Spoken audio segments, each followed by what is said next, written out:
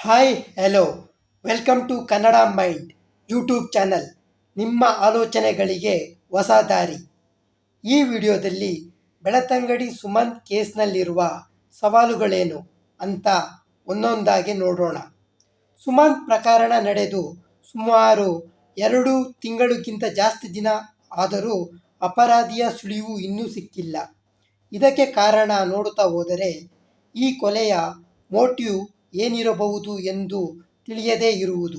ಕೊಲೆಯ ಉದ್ದೇಶ ಸ್ಪಷ್ಟವಾದರೆ ಅಪರಾಧಿಯನ್ನು ಬೆನ್ನತ್ತುವ ಕೆಲಸ ಸುಲಭವಾಗುತ್ತದೆ.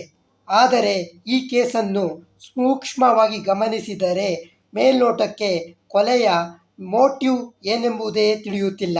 ಸುಮಂತ್ ಅವರ ಮನೆಯವರ ಇಂಟರ್ವ್ಯೂ ಗಮನಿಸಿದರೆ ಅವರಿಗೆ ಯಾವುದೇ ಹಳೆಯ ದ್ವೇಷ, ಊರಿನಲ್ಲೂ ಕೂಡ ಯಾವುದೇ ದ್ವೇಷ ಇಲ್ಲದೆ ಬದುಕಿದ್ದವರು ಅಂತ ತಿಳಿಸಿದ್ದಾರೆ. ಸುಮಂತ್ 16 ವರ್ಷದ ಬಾಲಕನಾಗಿದ್ದರಿಂದ ಅವನ ಮೇಲೆ ದ್ವೇಷ ಕಟ್ಟಿಕೊಂಡಿರುವ ಸಂಭವ ತೀರಾ ಕಮ್ಮಿ.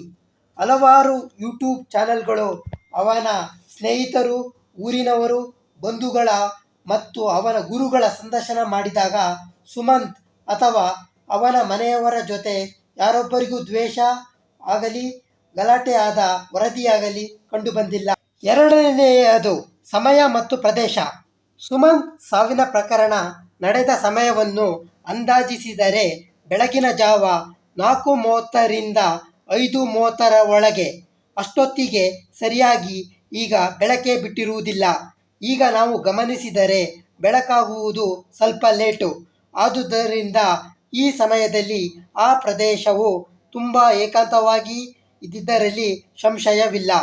ಹಾಗೂ ಆ ಪ್ರದೇಶ ಕೂಡ ಹೆಚ್ಚಿನ ಜನರ ಓಡಾಡುವ ದಾರಿಯಲ್ಲ.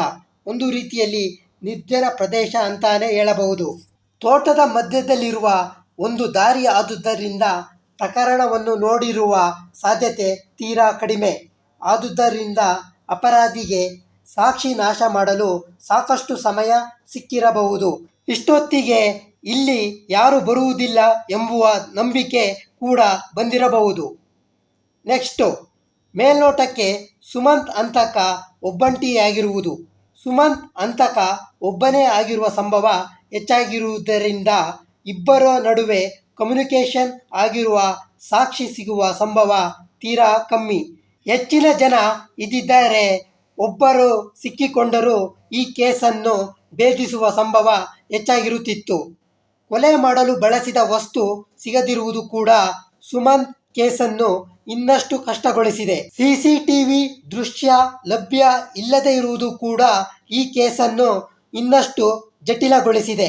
ಹೊರಗಿನಿಂದ ನೋಡಲು ಸುಳಿವು ಸಿಕ್ಕಿಲ್ಲ ಅನಿಸುವುದು ಸಾಮಾನ್ಯ.